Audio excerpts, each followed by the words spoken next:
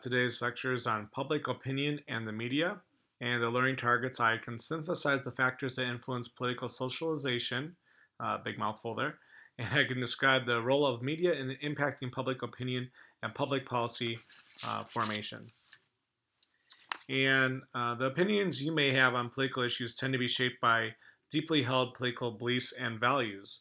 And the formation of these beliefs and values begins early in life and continues through your adulthood and throughout. Political science call this political socialization.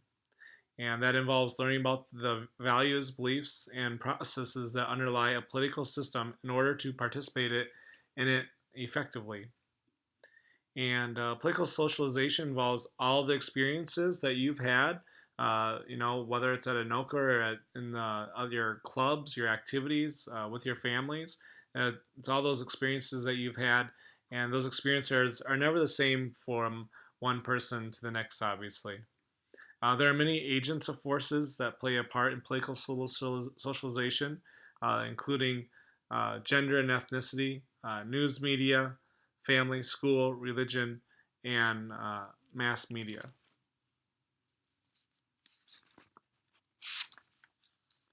So, looking at what is uh, public opinion is commonly defined as the sum of many individual opinions about a public person or issue. Definition assumes that we can find out what public opinion on a given issue is by asking a large number of people what they think and adding up their responses. And you see many of those types of polls on CNN or Fox News, and at the bottom of the screen, lots of times they'll say, the AP poll says this, or something about a president, or going to war in Afghanistan, or something that will be a poll that they might take.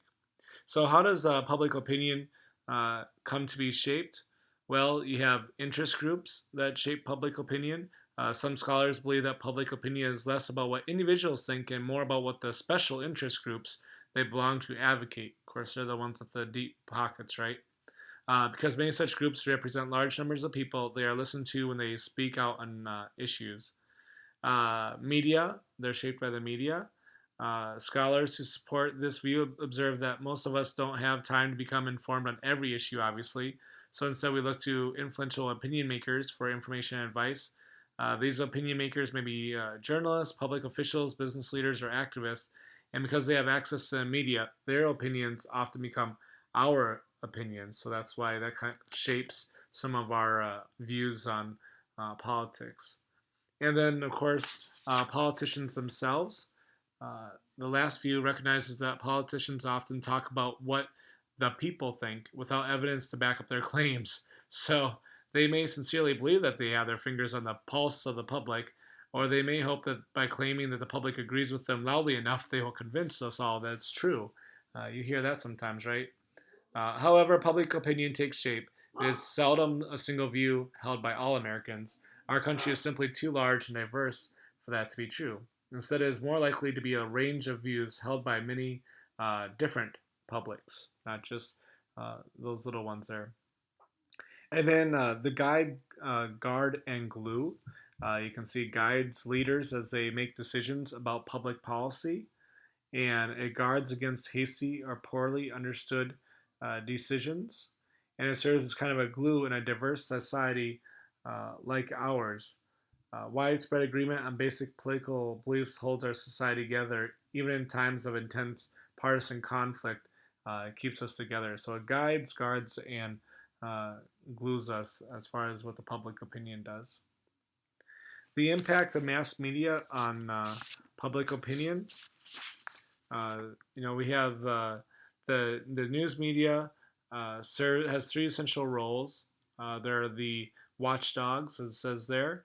The watchdog fulfills that role. You can even kind of think of like President Nixon in the Watergate scandal.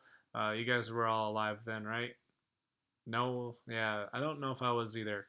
That was pretty early on, so I'm not quite that old. But we all know about the Watergate scandal, and we also know that the media had a lot to do with covering that. So that kind of they're served as kind of a watchdog. Agenda setters. Far too much happens in the world for the press to report on everything. So news editors and producers have to choose what they're going to cover. These decisions help determine what issues gets placed on the public agenda. So politicians and activists try to harness this agenda, say, empower the media to focus on the issues that they care about or that they think are the most important.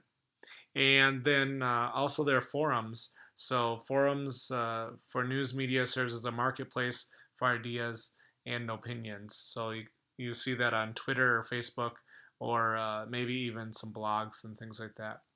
So mass media includes all the means of communicating information to the public.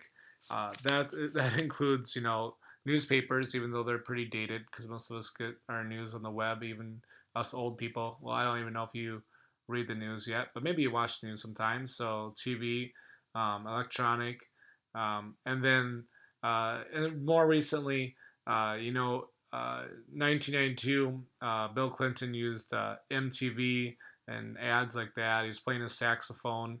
You can Google that if you want to see what happened way back then. In 2008, McCain and Obama they showed up on Saturday Night Live and they used YouTube. And then in the last election, you had Facebook and Twitter. So it'll be interesting to see what happens. And then in the next one, you think Instagram will still be around?